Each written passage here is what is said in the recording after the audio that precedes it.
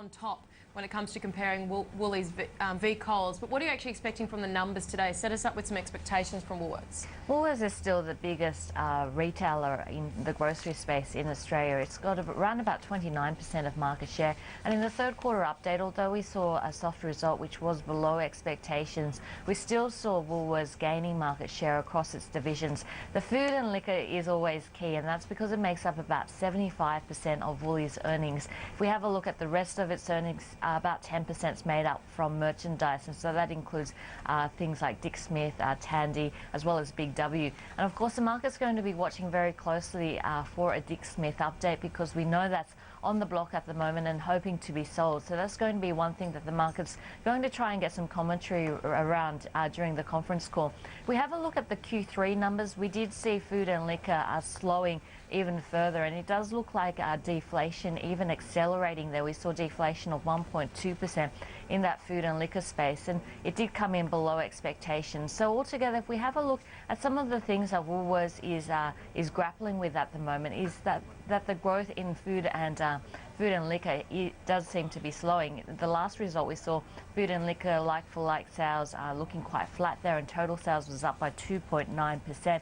And of course, deflation a major issue there as well. So if we have a look at these results, they are going to be very important given the supermarket wars at the moment. The indications are that Woolworths is still gaining market share, so that's going to be one thing to closely watch out for. The food and liquor result, the last Q3 results, we saw a flat food and flat like-for-like results. So we're going to be watching to see whether there's any growth there, and of course the Dick Smith update.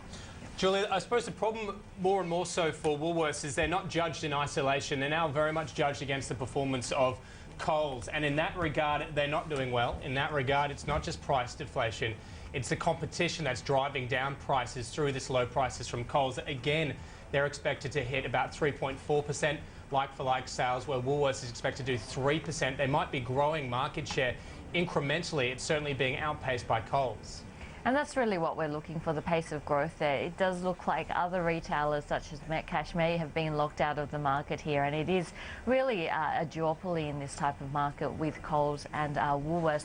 But of course, if we have a look at price deflation, that's really being driven by competition. The fact that we are seeing supermarkets dropping their prices because of the supermarket wars, and of course the house brands play such a big part in this as well, where we are seeing the house brands moving into those key areas such as bread, such as milk, and across such a wide variety of different products now. So we are seeing prices falling significantly. I guess one of the things that we'll be watching there is the margins. Unfortunately, it's not good news for a lot of the suppliers for Woolworths and Coles, which are also under pressure as well. But it does look like that price deflation theme is going to continue, and that's a hard one to battle at the moment. So we are going to be watching these numbers very closely, as you mentioned, James, given the intense competition that we are seeing with Coles at the moment. And increase market share, increase sales, but at what price are you having to do it in terms of your prices, I suppose? Well, no doubt margins will be under pressure, but the fact that we have seen a strong end to the financial year, those fourth quarter numbers are much better than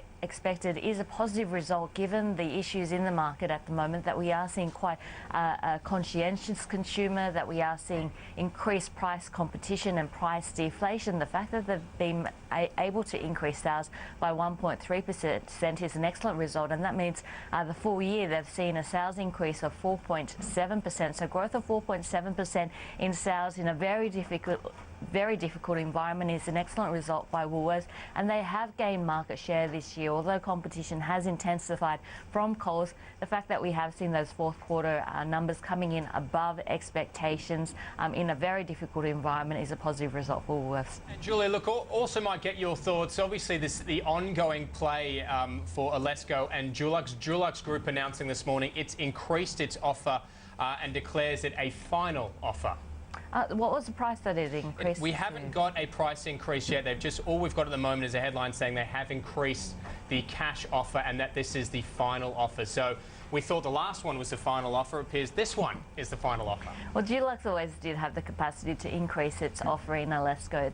There was a $2 offer on the table, but we know that wasn't sufficient. Julia, $2.05. I'm not sure if that's going to be enough to get this bid over the line, and that's because the independent valuer has valued Alesco at a range of between between $2.23 to $2.52. So I think it's going to be a difficult sell at $2.05. I probably need to get to around about the $2.20 mark to make it easier for the board to accept an offer like this.